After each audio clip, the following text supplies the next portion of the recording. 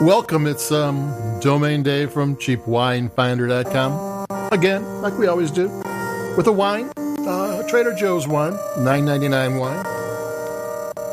Where's the bottle? Here it is. Trader Joe's Reserve. It's one of those one-off wines they do. It always has a lot number, so you know what wine it is, because sometimes they have different lots. You never know. Trader Joe's Reserve, Dry Creek Valley, Sonoma County, Zinfandel, 2020, Lot 71. And I went to Trader Joe's and I grabbed this bottle because I felt like drinking Zinfandel. You know, it's the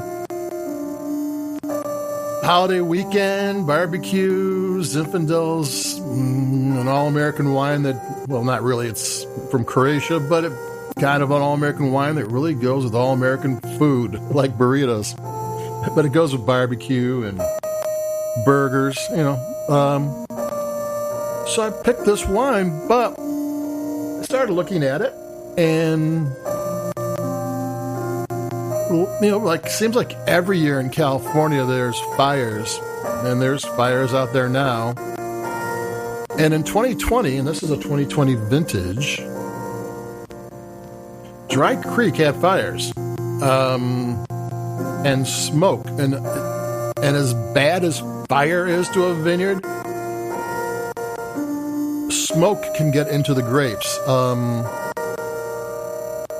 There's a chemical in smoke that gets absorbed and gets settles into the skins, and it will change the flavors. It adds chemicals that you don't want in your grapes. It's going to make things taste different. And the fires last year happened in 2020, happened just about harvest. So there was no time to find out what was good and what was bad. And there are some techniques you can do. And on the Cheap Wine Finder review on cheapwinefinder.com, I linked a Wine Spectator article talking about fire and smoke and where and when and what they can do. But Dry Creek, it's in Sonoma County, and it's a high-end, it's a premium AVA. And their Zinfandel's kind of start at like $20. I mean, sometimes a brand wine can be a little less.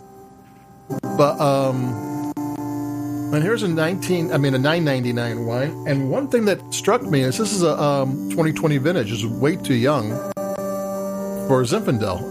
The harvest probably was just about a year ago.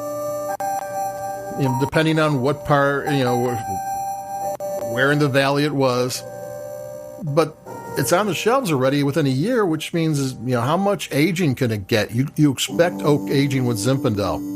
You know, sometimes with white wines you can get away with being very young because they don't oak age them, and bright and shiny and pretty is good for white wines. But when you expect some oak influence and some darker flavors going on, you know, that's another story.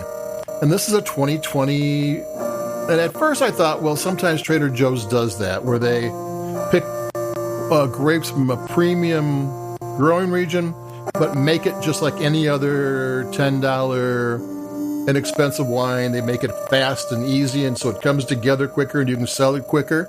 And that's kind of a fun thing anyway, because you get grapes you don't get in $10 wines, and you get them at Trader Joe's. But here I'm kind of wondering, if Dry Creek had problems, was there a lot of wine, I mean, excess wine being sold off? I don't know. And, you know, a lot of places will not sell you. I mean, if they have a problem, they'll take the loss that year. They won't. I'm going to take a sip.